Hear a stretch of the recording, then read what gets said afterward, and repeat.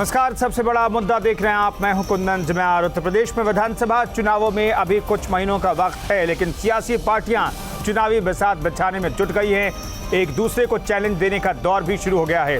उत्तर प्रदेश के चुनावी समर में ताल ठोकने जा रहे ओवैसी ने मुख्यमंत्री योगी आदित्यनाथ को खुला चैलेंज दिया और दावा किया कि योगी को किसी भी सूरत में अगली बार सीएम नहीं बनने देंगे।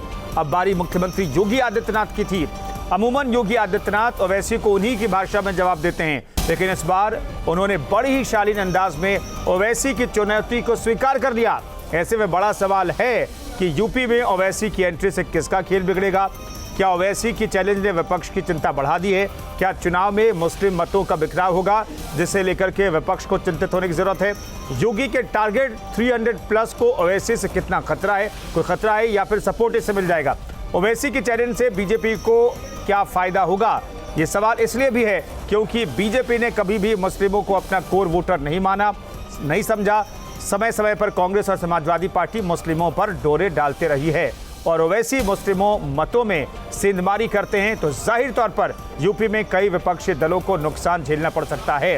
इस चर्चा में हमारे साथ राजनीतिक पार्टियों के गेस्ट होंगे, लेकिन उससे पहले ओवैसी और योगी की जुबानी जंग से जुड़ी हुई ये रिपोर्ट देखते हैं, फिर करेंगे बेबाक चर्चा। इंशाअल्लाह दोबारा योगी को उत्तर प्रदेश का मुख्यमंत्री नहीं बनने देंगे, नहीं बनने देंगे। अगर उन्होंने भारतीय जनता पार्टी को चैलेंज किया तो भारतीय जनता पार्टी का कार्यकर्ता उनके चैलेंज को स्वीकार करता है।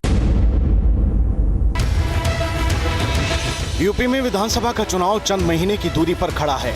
2022 में यूपी की जनता जनादेश दे, उससे पहले ही सियासी दलों के दावों का दौर शुरू हो गया है। विधानसभा चुनाव में ताल ठोकने जा रही AIMIM के सर्वे सर्वा असदुद्दीन ओवैसी ने बड़ा दावा करते हुए ऐलान कर दिया है कि वो और उनकी पार्टी यूपी में कुछ ऐसा कमाल करेगी कि योगी आदित्यनाथ को दोबारा मुख्यमंत्री ही नहीं बनने देगी। इंशाअल्लाह दोबारा योगी को उत्तर प्रदेश का मुख्यमंत्री नहीं बनने देंगे, नहीं बनने देंगे। अगर हमारे हौसले बुलंद रहेंगे, मेहनत करेंगे तो सब कुछ होगा इंशाअल्लाह ताला। मगर हमारी कोशिश यही है कि दोबारा उत्तर प्रदेश में बीजेपी की सरकार ना बने। असदुद्दीन ओवैसी ने हवा में ये दावा क्या उछाला कि उनको जमीन पर लाने के लिए खुद मुख्यमंत्री योगी आदित्यनाथ सामने आए। सीएम ने कहा कि बीजेपी को ओवैसी की हर चुनौती कबूल है। ओवैसी जी देश के बड़े नेता हैं और देश के अंदर प्रचार में जाते हैं, उनका अपना एक जनाधार है। अगर उन्होंने भारतीय जनता पार्टी को चैलेंज किया तो भारतीय जनता पार्टी का कार्यकर्ता उनके चैलेंज को स्वीकार करता है। भारतीय जनता पार्टी की सरकार बनेगी, कोई संदेह नहीं होना चाहिए।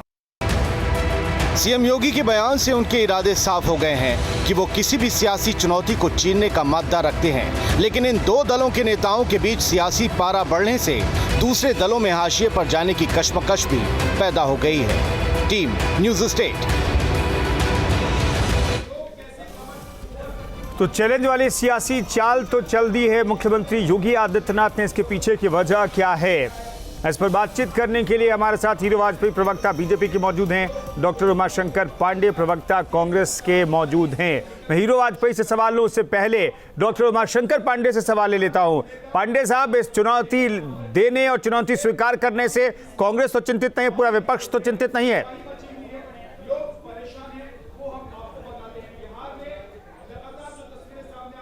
नहीं, देखिए इस पे कांग्रेस को चिंतित होने की कोई जरूरत नहीं है, क्योंकि कांग्रेस इस चुनाव को मुद्दों से भटकने नहीं देगी। भारतीय जनता पार्टी ने तो अपनी स्क्रिप्ट लिख दी है। Team A AIMIM, team B Baspa, और दोनों मैदान में उतर गए हैं।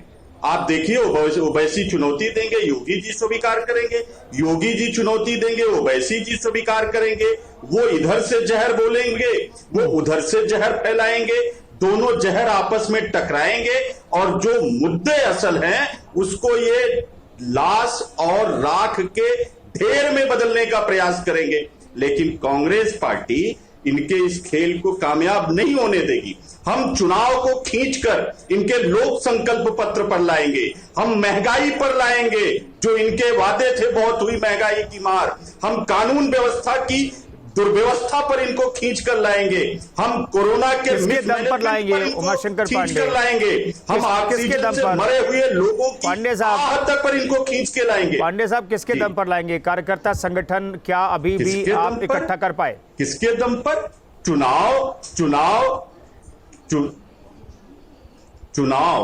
चुनाव ये जिला पंचायत अध्यक्ष का चुनाव नहीं है। जिला पंचायत सदस्यों का चुनाव जो था वो जनता डायरेक्ट वोट करती है और उसमें जनता ने इनको धूल चटा दी थी। एक भी जिले में ये जिला पंचायत अध्यक्ष ईमानदारी से वोटिंग पर बनाने की स्थिति में नहीं थे। बुरी तरह हार गए ये जिला पंचायत सदस्य जिसमें जनता ने वोट किया। लेकिन जिला पंचायत अध्यक्ष, चलिए, जिला जिसमें पंचायत इन्होंने अध्यक्ष पर धन बल, हमने कल बहस की है। षड्यंत्र, छापे ठीक है, डलवाए, मुकदमे हमने कर ली करवाए, बहस। अगवा हीरो वाजपेयी करवाए, साहब, ये सब हीरो वाजपेयी साहब, इस चुनौती की चर्चा जनता का चुनाव था वो हारे। हम करेंगे, लेकिन ऐसा लग रहा है कि ये चुनौती योगी आदित्यनाथ ने स्वीकार की है, लेकिन आपने इस चुनौती को स्वीकार करने के साथ साथ विपक्ष के लिए सबसे बड़ी चुनौती खड़ी कर दी है।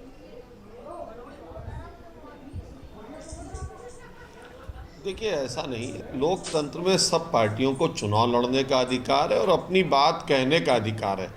ओवैसी जी ने भी अपना दावा प्रस्तुत किया।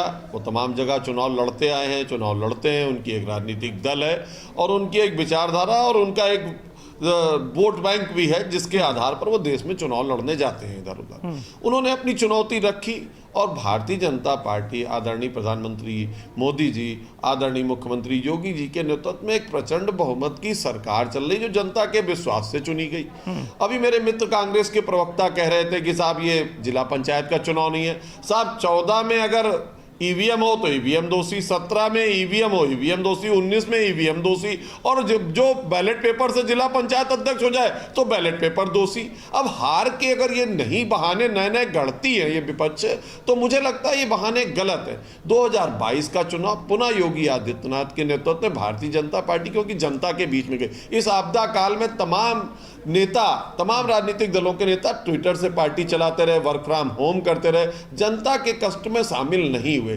तो जनता का आशीर्वाद क्या, और रही बात कांग्रेस की, तो उत्तर प्रदेश में कांग्रेस 30 साल से अस्तित्व में ही नहीं है। ठीक है हीरो वाजपेयी साहब, मैं इसलिए कह रहा हूं कि क्या बहुत आसानी से मुख्यमंत्री ने चुनौती स्वीकार कर ली, क्योंकि मुख्यमंत्री को पता है कि जो ओवैसी की पार्टी है, जो उसकी विचारधारा है और जो उसका वोट बैंक है, वो आपका तो वोट बैंक कतई नहीं है, विपक्ष का वोट बैंक है वो। अगर विपक्ष के वोट बैंक में सेंधमारी होती है तो इनडायरेक्टली तो फायदा आपको होगा। इसलिए बहुत अच्छे से, बहुत शालीनता के साथ मुख्यमंत्री ने ये चुनौती स्वीकार कर ली। जी देखिए, हमारा वोट बैंक की राजनीति भारतीय जनता पार्टी ने 14 से की नहीं। हमने एक नया वोट बैंक निर्माण किया है जिसका नाम है लाभार्थी।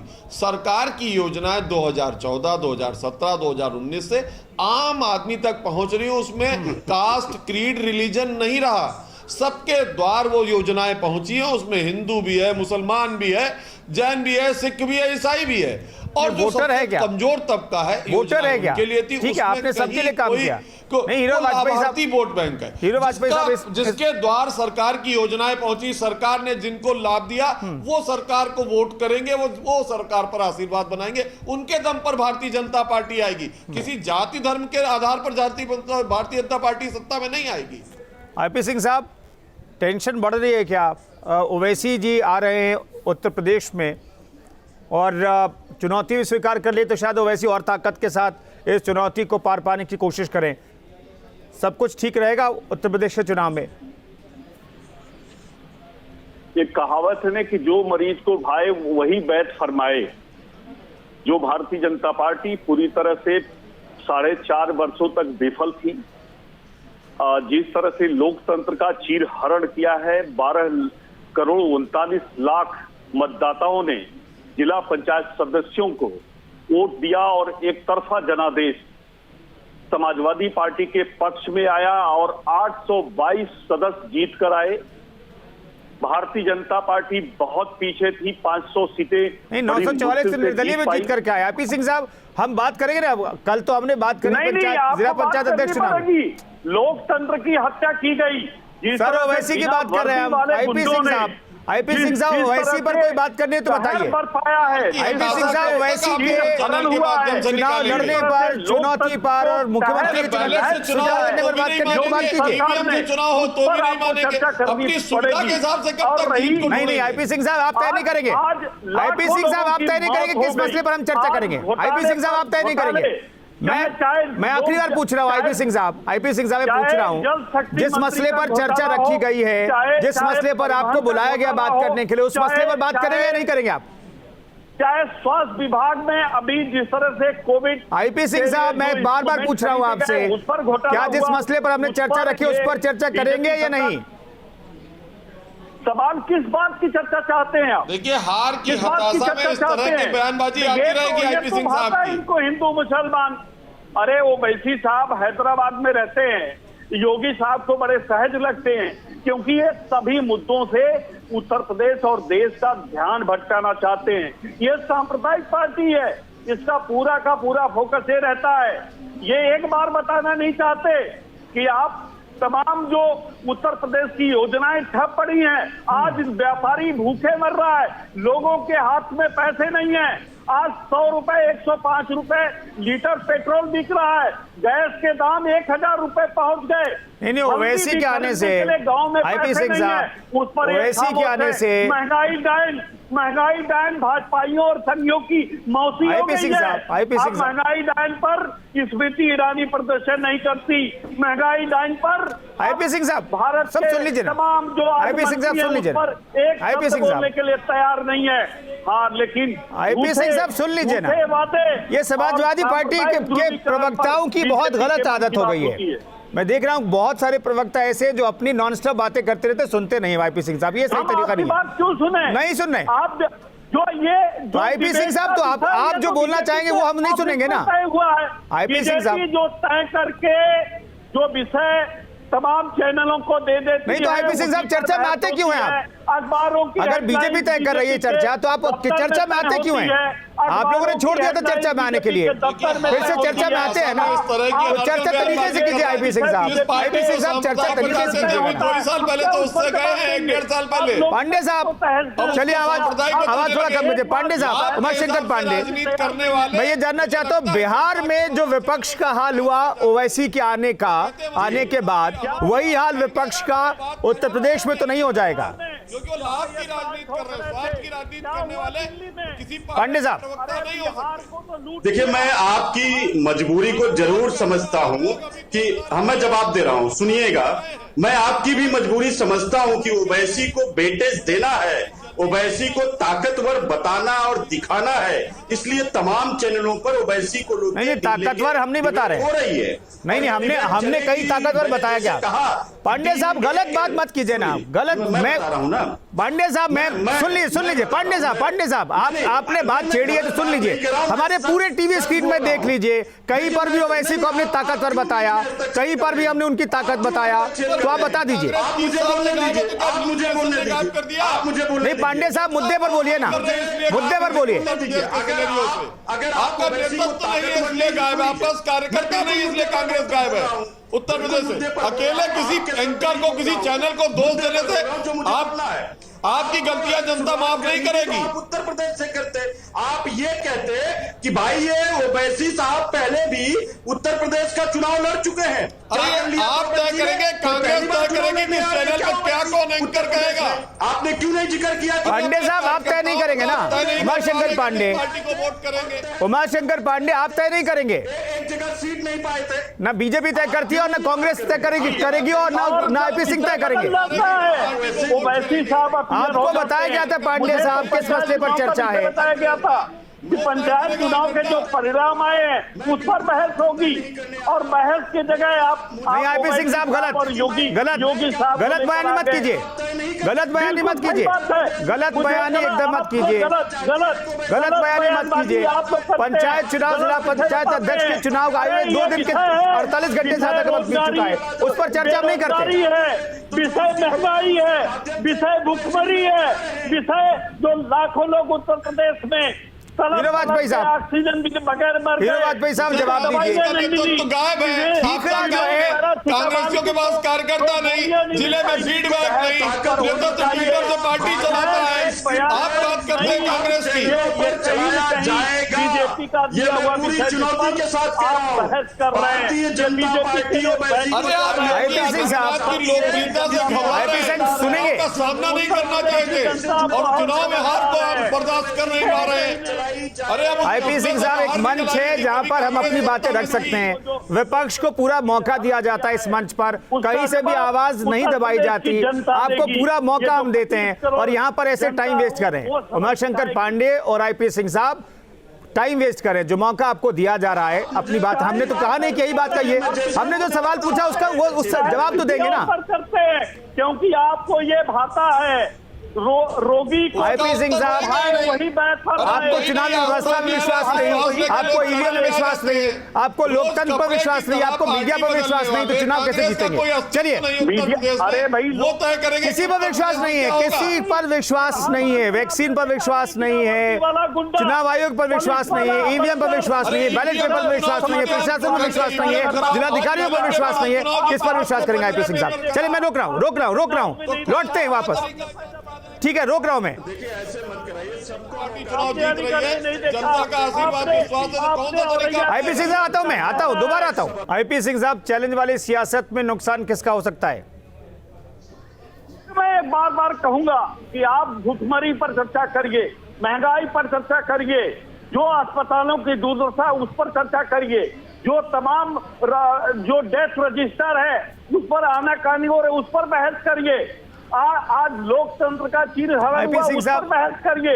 ये आईपी सिंह साहब, ठीक है, जो बीजेपी एक कार्यक्रम विपक्ष जो चूज करना चाहता है उस पर भी हम रख लेते हैं, विपक्ष जिस पर चर्चा करना चाहता है वो हम रख लेंगे। आईपी सिंह साहब, मैंने सवाल जो पूछा, क्या मतलब है यहाँ ओवैसी से क्या करेंगे? ओवैसी उत्तर प्रदेश में आके आप फालतू विषयों पर आप लोग बहस करते हैं। नहीं, आईपी सिंह साहब, हमें लगता है कार्यक्रम तय करना पड़ेगा, जो विपक्ष चाहता है चर्चा करने के लिए उस पर चर्चा करें हम। सरसों का तेल हीरो वाजपेयी साहब जवाब दीजिए, हीरो वाजपेयी साहब को फुल स्क्रीन लाइए, हीरो वाजपेयी साहब जवाब दीजिए। जनता के बीच में नहीं जा रही, उस पर भी बहस होनी चाहिए, परिवारवाद पे भी बहस होनी चाहिए, गुंडागर्दी पे बहस होनी चाहिए, हल्ला बोल पे होनी चाहिए, भ्रष्टाचार पे समाजवाद के बहस होनी चाहिए, कांग्रेस का नेतृत्व तो है ही नहीं, उस पर बहस होनी चाहिए, प्रियंका गांधी वाड्रा ट्विटर से चला रही है, उस पर भी बहस होनी चाहिए, कांग्रेस कार्यालय में मारपीट हो रही है, उस पर भी बहस होनी चाहिए, माताओं बहनों की इज्जत से खिलवाड़ हो रहा है, उस पर भी बहस होनी चाहिए। कल पूरे देश ने देखा था कि बीजेपी ने कैसे लोकतंत्र का चीरहरण किया, कैसे घोषित आपातकाल में लोगों। अरे भाई, बैलेट पेपर से जीते तो भी आप परेशान है, ईवीएम से जीते तो भी परेशान है, कभी आप हाथी का हाथ पकड़ रहे, कभी आप हाथ पकड़ रहे, हाथी और हाथ दोनों भी पकड़ के आप नहीं पा रहे, फिर हताशा किस बात की? अरे जनता का आशीर्वाद नहीं है आईपी सिंह आपके साथ, तो जनता वोट नहीं दे रही है आपको। इस हताशा को पैनल के माध्यम से दोष ठहराना ठीक नहीं है। योगी आदित्यनाथ की लोकप्रियता है, उसके बाद वोट मिल रहे हैं, आज लोगों के पास खाने को पैसे नहीं है, आज लोगों के उमाशंकर पांडे, ठीक है, जरूर आज बच्चों की पांडे साहब के लिए पैसे नहीं है, मत करिए। पांडे साहब, ये निकम्मी सरकार। पांडे साहब, कौन लोग हैं जो कांग्रेस को वोट देंगे? मांगों को इग्नोर करती है। पांडे साहब, कौन लोग हैं जो कांग्रेस को वोट देंगे? तब आपको समझ में आ गई, एक साल पहले मोदी, अमित शाह, योगी पांडे साहब, पहाड़ पर पैदा हुए। उमाशंकर पांडे, जो आपके साथ लोग जुड़े थे वो भी छोड़ करके जा रहे हैं पार्टी, कौन लोग हैं जो आपको वोट देंगे आज ये किसान और किस आधार पर? ना बता रहे हैं। अरे ओवैसी पर चर्चा नहीं चाहते आप, तो बताइए कौन से लोग हैं जो वोट देंगे कांग्रेस को? जी, प्रश्न पूछिए, आईपी सिंह जी को चुप कराइए भाई। इनकी शिक्षा मंत्री सर, आपके पुराने सहयोगी वो चुप ही नहीं होते। नहीं, कांग्रेस पार्टी नहीं, पुराने सहयोगी आपके चुप ही नहीं होते वो। भारतीय जनता पार्टी ने, योगी जी की सरकार ने किसको छोड़ा है? ब्राह्मणों पर अत्याचार किया, दलितों पर अत्याचार किया, 500 से ज्यादा ब्राह्मणों तो आपके पार्टी का जो ब्राह्मण चेहरा है वो तो बीजेपी में जा रहे हैं। तो ब्राह्मण इनसे खुश है क्या? दलितों नहीं, पांडे साहब ब्राह्मणों पर आप कह रहे अत्याचार हो रहा है, लेकिन आपके जो ब्राह्मण चेहरा है वो बीजेपी में जा रहे हैं। क्या वो खुश है? क्या राजभर के साथ जो आपने किया, सिन्हा के साथ जो आपने किया, मौर्य के साथ जो आपने किया, निषादों के साथ जो चाहे ऊंचाहार रायबरेली में एक परिवार के 5 सदस्यों की हत्या हो, योगी सरकार में 438 विपक्ष जो है महीने पहले का डेटा है, ब्राह्मणों की हत्या हुई है। अपने राग में लगातार बोले जा रहा है, तो सीधे योगी सरकार उसके लिए दोषी है। एक ठीक है, कार्रवाई हुई है विवेक नहीं हीरो वाजपेयी साहब मुझे इतना बता दीजिए कि जिस चैलेंज को आपकी पार्टी ने स्वीकार किया है, उस चैलेंज का जिक्र भी विपक्षी दल नहीं करना चाहते हैं। आप लोगों ने दुखती रग पे हाथ रख दिया क्या? छोटा जवाब हीरो वाजपेयी साहब। नहीं, देखिए विपक्ष लगातार हताश है चुनाव दर चुनाव। आप 14 का चुनाव ले ले, ईवीएम से हुआ, ईवीएम पे दोष निकालने लगा, अपनी कमियां नहीं देखा। 17 में चुनाव हुआ, फिर ईवीएम पे कमियां निकालने लगा। 19 में चुनाव हुआ, फिर ईवीएम पे अपनी कमियां नहीं देख रहा, और अब की बैलेट से चुनाव हुआ, फिर कमियां नहीं देख रहा है, उस पर निकालना है। और रही बात ओवैसी की या तमाम दल चुनाव लड़ेंगे, तो इस लोकतांत्रिक प्रक्रिया में इस संविधान के अनुसार हर दल को चुनाव लड़ने का अधिकार है, और जो हमें चुनौती देगा उसको हार स्वीकार करेंगे और जिम्मेदारी के साथ कहते हैं। चलिए, तमाम मेहमानों को बहुत बहुत शुक्रिया इस चर्चा में शरीक होने के लिए। तो मुख्यमंत्री ने ओवैसी का चैलेंज स्वीकार किया है, ये बीजेपी ने स्वीकार किया है, लेकिन टेंशन बढ़ गई है विपक्ष की। सबसे बड़ा मुद्दा कार्यक्रम में फिलहाल इतना ही। रुकेंगे एक छोटे से ब्रेक के लिए, आप बने रहिए न्यूज़ स्टेट के साथ।